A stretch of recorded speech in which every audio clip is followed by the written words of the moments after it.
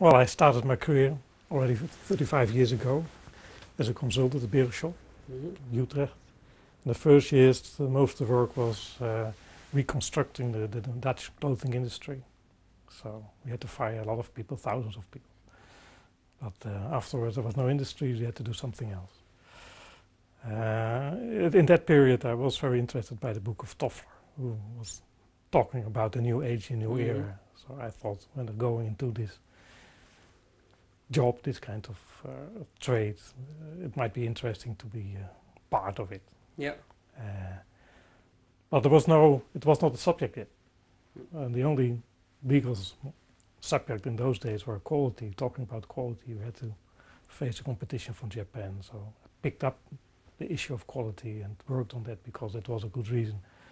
Talking a discussion about the quality of organizations, what makes organizations fit for purpose. And by that I was involved by making the EFQM model and later on the Dutch quality model, and so I come more and more in that subject and more aware of what's really happening in organizations. Well, after 15 years I get the feeling that I had to do something about it more theoretically, so starting writing a PhD. And well, I finished that in 1995, and quite short thereafter the university asked me to become a part-time professor in Rotterdam University. So since then I'm a part-time professor in Rotterdam University and still part of my time working as a consultant, but now working on my own. Okay. Well, the passion is still the same. The passion is still the same, is how will organizations look like if you still can talk about organizations in the future after we have let the principle of the 20th century behind us. For me, it's already there for 30 years when people start talking that under the influence of the information technology, we have to go into totally different organizational concepts. And I think for me, a little bit more recently, is also understanding that what sciences and mathematics learned us, that there are still principles not applied in business administration, in organization management principles. And now you see that there's more openness, more understanding for applying those kind of principles in management. And so the real turn now, I think, is happening today.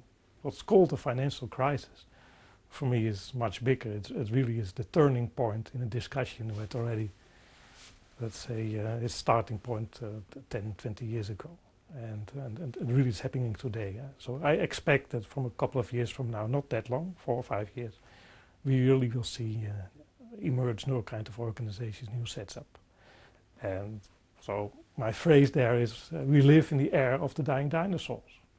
I think that big organizations, most big organizations, will disappear or be restructured in a totally different way.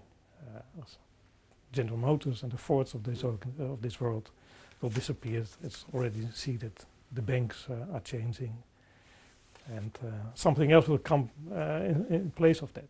It's not that there will be a world of small organizations, because that's from the same principle as the big organization, but we have to find other kinds of structures. Well, the end of an era, because of the principles of the last era, have now come to their limits. We have now learned that economy of scale, under the argument that it will bring efficiency, is no longer valid. In professional organizations, we already know that the optimal size of professional organizations is around 25 people, and not 2,500. Right?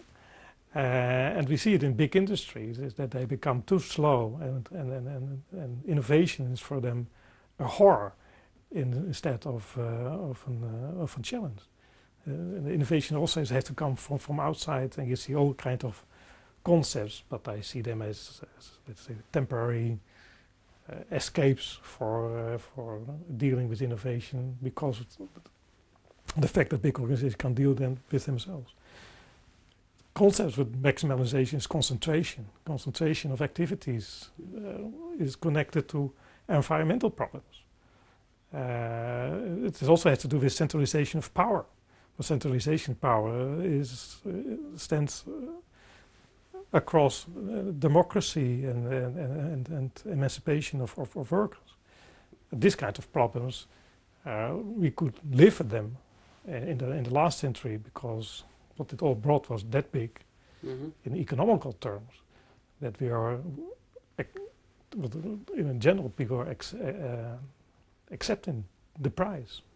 But this is now coming to an end.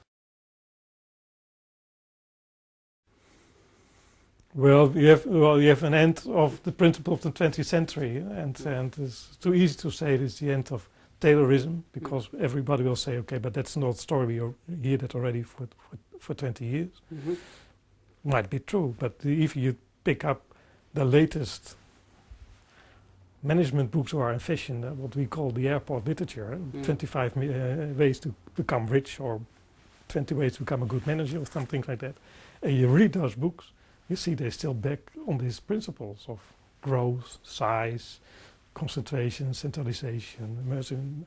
So that people are still talking about merging and things like that. Still talking about the need for efficiency, still talking about standardization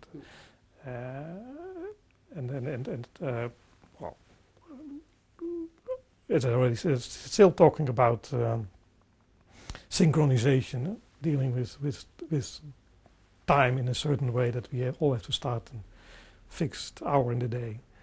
And although by word people saying that these principles are already behind it, in practice you read management books, you still see what is being taught in universities and outside universities. Still people are talking about these principles. The principles of the last era were maximalization, standardization, synchronization, centralization, concentration of power, more or less, specialization. These were the principles of the last century. But we still have to find out what the principle of the new century will be, because you can't not easily say, well, against maximalization stands minimalization, because that's nonsense. The principles of the new era will be the different principles, and that's what we're now trying to find out in those days. And I think that the crisis where we're in is a perfect moment of trying new concepts.